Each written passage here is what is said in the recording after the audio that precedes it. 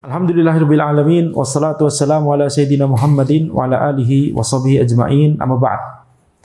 Kita lanjutkan pembahasan dari kitab Al-Mulakhas fi Syarh Kitab Tauhid karya Syekh Al-Fauzan hafizahullah taala, di mana kita sampai pada sebuah hadis fi sahih ani Nabi sallallahu alaihi wasallam annahu qala man qala la ilaha illallah wa kafara bima yu'bad min dunillah haruma maluhu wa damuhu wa hisabuhu 'ala Allah azza wa jalla. Nah, di dalam Sahih Muslim ya, dari Nabi Muhammad sallallahu alaihi wasallam bahwa beliau bersabda, barang siapa yang mengucapkan la ilaha illallah dan kufur terhadap apa-apa yang diibadahi selain Allah, haruma malhu wa dam, maka hartanya dan darahnya itu haram. Wa hisabuhu 'ala Allah azza wajalla. Sementara hisabnya, perhitungan amalannya itu adalah ada di sisi Allah Subhanahu wa taala, ada di sisi Allah azza wajalla. Baik. Hadis ini menjelaskan tentang makna dari kalimat tauhid la ilaha illallah. Jadi yang dimaksud dengan makna kalimat tauhid la ilaha illallah bukan hanya mengucapkan saja. Kita lihat di situ hadisnya man qala la ilaha illallah. Barang siapa yang mengucapkan la ilaha illallah. Ya, ini tidak hanya mengucapkan saja, tapi melaksanakan konsekuensinya. Makanya langsung diikuti setelah frase tersebut, diikuti dengan frase wa kafara bima yu'bad min dunillah. Dan kufur terhadap apa-apa yang diibadahi selain Allah. Jadi menunjukkan bahwa setiap ada dalil yang berbicara tentang keutamaan orang yang mengucapkan kalimat tauhid la ilaha illallah, itu maknanya bukan hanya sekedar ucapan lisan, tapi juga mencakup amalan hati dan amalan anggota tubuh, yakni perbuatan. Nah, barang siapa yang mentauhidkan Allah, barang siapa yang mengucapkan kalimat tauhid la ilaha illallah dan kufur terhadap apa-apa yang diibadahi selain Allah, harum maluhu wa damu, maka hartanya dan darahnya itu haram.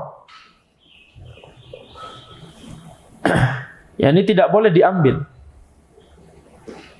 Tidak boleh diambil, dirusak, darahnya tidak boleh ditumpahkan, gitu ya. Wa hisabuhu 'ala Allah. Sementara perhitungan amalannya adalah ada pada sisi Allah. Nah, sekarang kita lihat, kita di dunia itu cuma bisa mengetahui perkara yang zahir. Ucapan lisan, amalan anggota tubuh bisa dilihat. Kalau keimanan di hatinya, keyakinan di hatinya tidak bisa kita lihat, betul tidak? Tidak bisa kita tahu, karena itu termasuk perkara batin, perkara ghaib. Maka ketika ada orang mengucapkan la ilaha illallah, ya sudah, berarti kita hukumi secara zahir. Berarti apa? Berarti dia muslim. Lalu apa konsekuensinya? Harum malhu wa damu. Hartanya haram dan darahnya haram. Walaupun itu dalam konteks sedang dalam jihad syar'i, medan perang.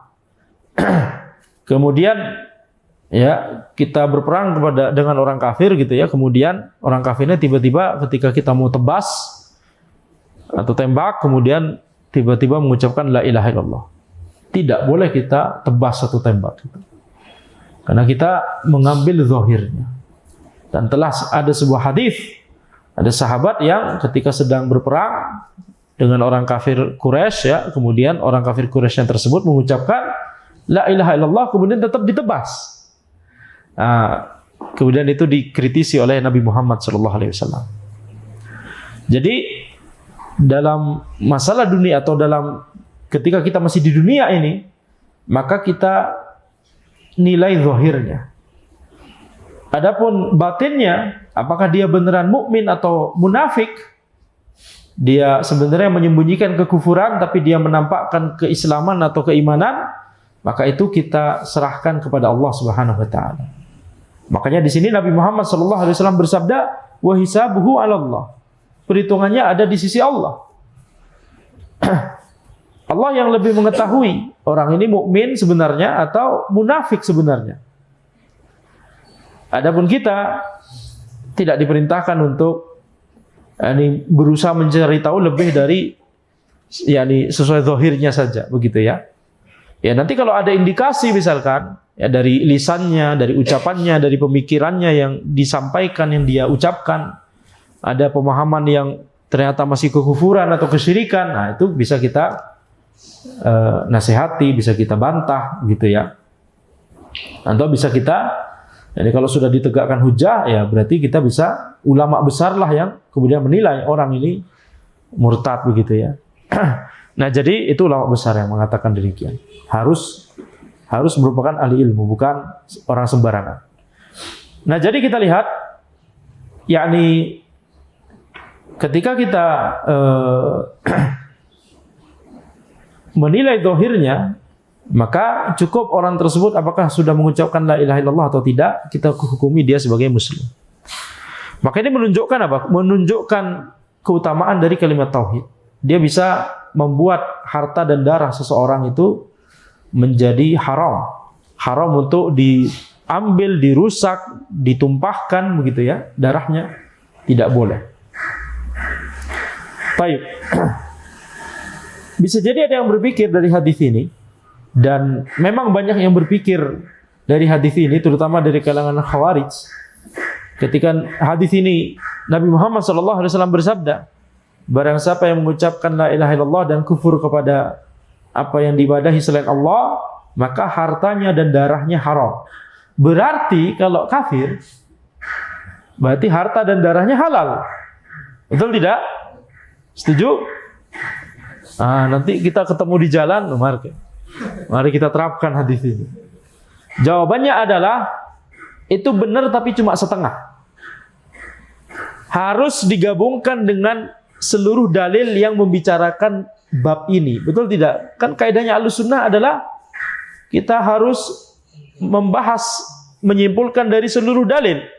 Kita lihat nanti di dalil-dalil yang lain, orang kafir itu terbagi-bagi menjadi beberapa kategori. Ada kafir zimmi, ada kafir musta'man, ada kafir mu'ahad, ada kafir harbi. Ternyata yang darahnya halal ditumpahkan dan hartanya halal untuk diambil, itu adalah kafir harbi saja, tidak seluruh kategori orang kafir. Nah, ini pemahaman ini penting sekali, bisa menyelamatkan seseorang dari pemahaman Khawarij. Tapi kalau pemahaman yang terakhir ini tidak disampaikan, yang disampaikan cuma hadis ini, bisa bahaya, betul tidak? Tinggal sampaikan hadisnya, barang siapa yang mengucapkan la ilaha illallah dan kufur terhadap apa yang diibadahi selain Allah, maka hartanya dan darahnya haram. Kesimpulannya, tinggal begitu, betul tidak? Ya, mengarahkan orang untuk kemudian menjadi Khawarij, berbahaya. Ini adalah kesalahan besar. Kita katakan, di mana kesalahannya? Kesalahannya adalah antum cuma ngambil hadis ini. Hadis ini membicarakan orang yang muslim, orang yang beriman, betul tidak? Adapun orang yang tidak beriman itu kan cuma kesimpulan dari hadis ini, betul? Kalau kemudian ada dalil yang lain yang membicarakan secara spesifik orang kafir selain orang beriman, maka hadis yang lain itulah yang lebih diutamakan daripada kesimpulan yang didapat dari hadis ini, betul tidak? Yang sana mantuk, yang sini mafhum, itu istilah akademiknya, istilah usul fikihnya. Ya, itu istilah usul fikihnya. Dalil yang lain mantuk, menjelaskan secara disebut secara tersurat di dalilnya. Adapun dari hadis yang kita baca barusan itu kan cuma kesimpulan, betul tidak? Jadi kalau dia mengucapkan kalimat tauhid la ilaha illallah dan kufur kepada apa yang diibadahi selain Allah, hartanya dan darahnya haram. Maka berarti, itu kan berarti cuma kesimpulan aja, betul tidak? Ini kalah dibandingkan dengan dalil lain yang itu jelas membahas tentang orang kafir. Jadi kafir yang hanya boleh ditumpahkan darahnya dan diambil hartanya cuma kafir harbi, kafir yang berperang dengan kita. Namanya saja perang. Betul tidak? Namanya saja perang. Kalau antum lagi perang, maka kemudian antum mengatakan, wah ini nggak boleh kita bunuh. Ya antum yang disikat duluan, betul tidak? Namanya saja perang. Taib. Ala kulli hal, dari hadis ini tidak boleh kita simpulkan pemahaman Khawarij tadi. Pemahaman itu, hadis ini diantara yang banyak diucapkan oleh orang-orang untuk merekrut calon teroris, mencetaknya sebagai teroris baru. Padahal sebenarnya pemahaman yang sahih dalam ilmu syar'i tidaklah demikian. Ya, itulah pentingnya untuk yakni menggabungkan seluruh dalil untuk menyimpulkan. Nah, masalahnya kalau orangnya masih awam, kemudian gurunya sengaja mengajarkan salah, ya susah, ya. Makanya merupakan kenikmatan ketika kita diberikan taufik oleh Allah Subhanahu wa taala untuk bisa belajar kepada guru yang mengajarkan akidah dan manhaj yang lurus. Fi sahih ay sahih Muslim, ini penjelasan Syekh Al-Fauzan, harum maluhu wa damu ay muni'a akhdhu malihi wa qatlihi bina'an ala ma dhahara minhu. Harum maluhu wa damu, yakni maksudnya adalah terlarang untuk mengambil hartanya dan untuk membunuhnya berdasarkan apa yang zahir muncul darinya, yaitu ucapan tauhid, ucapan kalimat tauhid la ilaha illallah. Ketika dia mengucapkan kalimat tauhid la ilaha illallah, ya sudah, kita hukumi dia muslim, nggak perlu beneran nih, ya nggak perlu begitu, ya. Nggak perlu curiga, nggak perlu apa. Baik. Wa hisabuhu 'ala Allah. Sementara perhitungannya ada pada sisi Allah. Ai Allah Ta'ala huwallazi yatawalla hisaba man talaffadha bihadhil kalimah. Yani bahwa Allah Ta'ala yang akan melakukan perhitungan dari amalan orang yang mengucapkan kalimat tauhid tersebut. Fayujazihi ala hasabi niyyatihi wa i'tiqadihi. Maka Allah nanti yang akan memberikan balasan kepada orang tersebut sesuai dengan niatnya dan keyakinannya. Dia beneran beriman atau dia sebenarnya munafik. Adapun di dunia maka memang kita cuma diperintahkan untuk melihat zahirnya saja. Tapi di akhirat itu adalah tempat di mana perkara yang batin itu akan ditampakkan oleh Allah Subhanahu wa taala. Innahu ala raj'ihi apa? Laqadir. Yauma tublas sarair. Yauma tublas sarair, pada hari di mana as-sarair, yaitu perkara-perkara yang tersembunyi selama ini, perkara-perkara yang sir, itu akan ditampakkan, akan dihitung, akan dihisab begitu ya. Itu tempatnya di akhirat, bukan di dunia. At-tarjamah, tarjamatul kitab wal bab fatihatuhu. Baik, jadi perkataan penulis di sini wa syarhu hadhi tarjamah ma ba'daha minal abwab. Syarah dari judul bab di sini itu adalah penjelasan dari judul bab di sini adalah bab-bab setelahnya. Jadi bab ini kan tafsir kalimat tauhid la ilaha illallah. Maka penjelasan yang lebih rinci itu adalah pada bab-bab setelahnya. At-tarjamah, tarjamatul kitab wal bab fatihatuhu. Tarjamah di sini maksudnya adalah awalan dari kitab atau awalan dari bab, yakni judulnya berarti. Wal muradu biha huna qauluhu babu tafsir tauhid wa syahadati alla ilaha illallah. Yani yang dimaksud adalah perkataan penulis bab tafsir tauhid dan syahadat la ilaha illallah. Mana tafsirnya dijelaskan secara global di bab ini, tapi dijelaskan secara terperinci di bab-bab setelahnya. Seluruh bab setelahnya menjelaskan makna dari kalimat tauhid la ilaha illallah dan makna kalimat syahadat la ilaha illallah. Al-makna al-ijmali lil hadis, makna umum dari hadis ini adalah yubayyinu sallallahu alaihi wasallam fi hadzal hadis annahu la yahrumu qatlul insan wa akhdhu malihi illa bi majmu'i amrayn. Nabi Muhammad sallallahu alaihi wasallam menjelaskan dalam hadis ini bahwa tidak haram untuk membunuh seseorang atau mengambil hartanya kecuali dengan yakni terpenuhinya dua perkara. Al-awwal qaulu la ilaha illallah. Yang pertama adalah ucapan kalimat tauhid la ilaha illallah. Jadi kalau dia sudah mengucapkannya maka khalas. Berarti enggak boleh dibunuh dan enggak boleh diambil hartanya. Ats-tsani al-kufur bima yu'badu min dunillah. Hal kedua adalah kufur kepada apa yang diibadahi selain Allah. Tapi ini perkara batin, betul tidak? Perkara batin. Yani apa namanya? Hadis ini menjelaskan kondisi idealnya. Kondisi idealnya adalah orang tersebut mengucapkan kalimat tauhid la ilaha illallah dan dia memang beneran kufur kepada apa-apa yang diibadahi selain Allah. Ini perkara batin. Tapi nggak bisa kita lihat di dunia. Baik. Fa idza wujida hadanil amran wajib al-kaffu anhu zahiran wa tafwidu batinihi ila Allah. Kalau ada dua perkara ini terkumpul pada diri seseorang, maka wajib untuk menahan diri dari orang tersebut secara zahir dan menyerahkan perkara batinnya kepada Allah.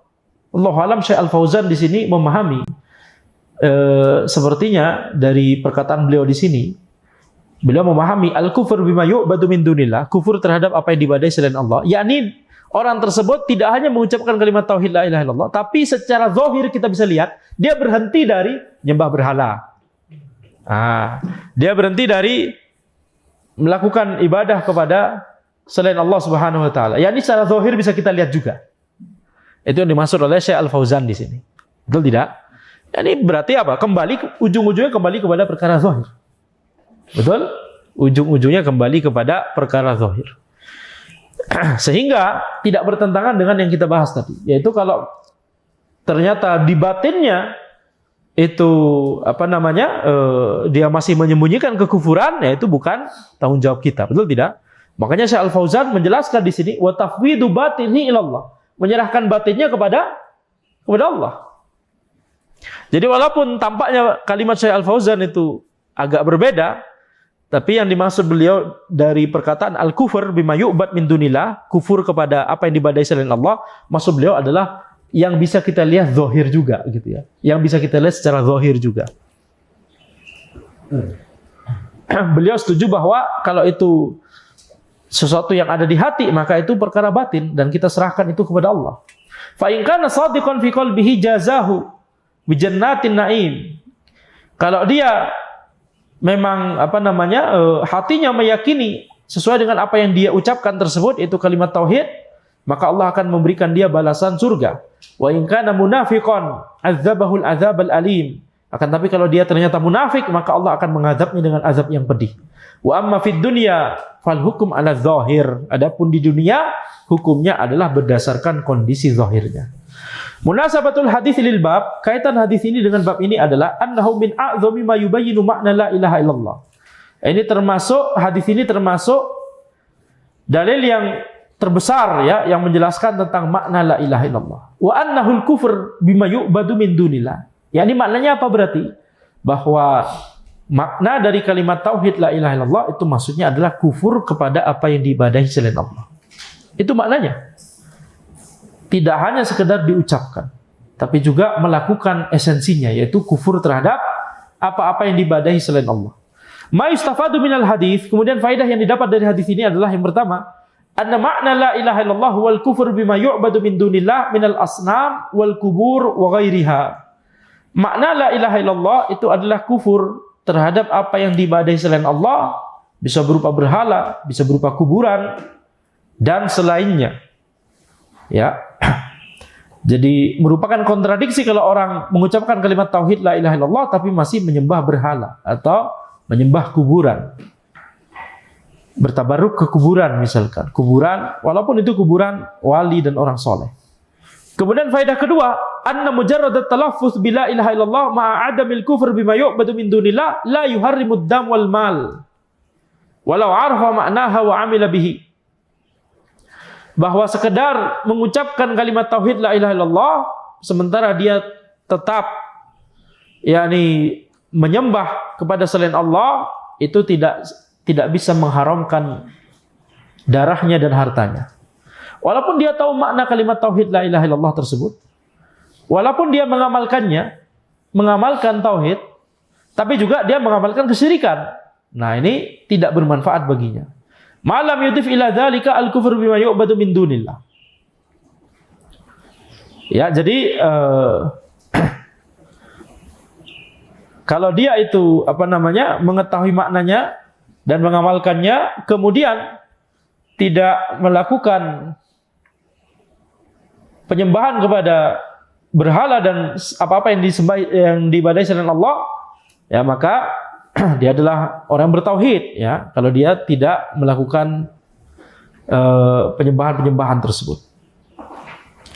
Tapi kalau tidak disertai dengan berlepas diri dari apa-apa yang diibadahi selain Allah tersebut, maka ini tidak bermanfaat bagi orang tersebut.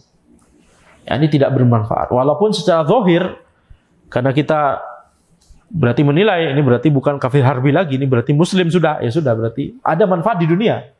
Kaum muslimin nggak jadi menebas dia, betul tidak? Kafir harbi ini, kafir harbi di tengah perangan ucapkan tiba-tiba kalimat tauhid, la ilaha illallah. Kita mungkin sudah suudzon kan? Ini karena kepepet aja ini. Betul tidak? Tidak boleh kita suudzon. Ya, tidak boleh kita suudzon. Tapi kalau ada indikasi ya kita harus hati-hati. Jangan langsung oh, Masya Allah.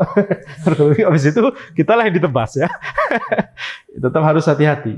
Karena konteksnya demikian. Cuma secara yakni apa namanya? Fikih ya nggak boleh kita menebas kafir harbi tersebut karena dia sudah mengucapkan kalimat tauhid la ilaha illallah. Taib. Kemudian faedah yang ketiga, anna man ata bit tauhid wal tazama syara'ihu zahiran wajib al kaffu anhu hatta yatabayyana minhu ma yukhalifu dzalik.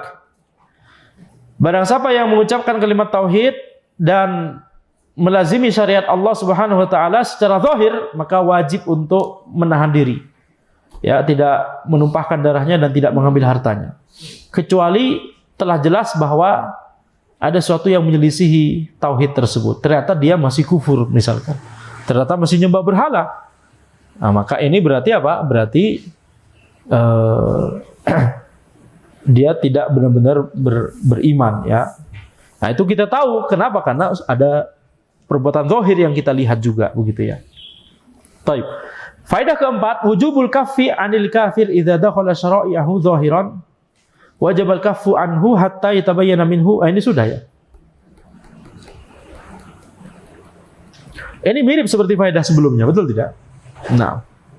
Yang kelima, annal insan qad yaqul la ilaha illallah wa la yakfuru bima yu'badu min dunih.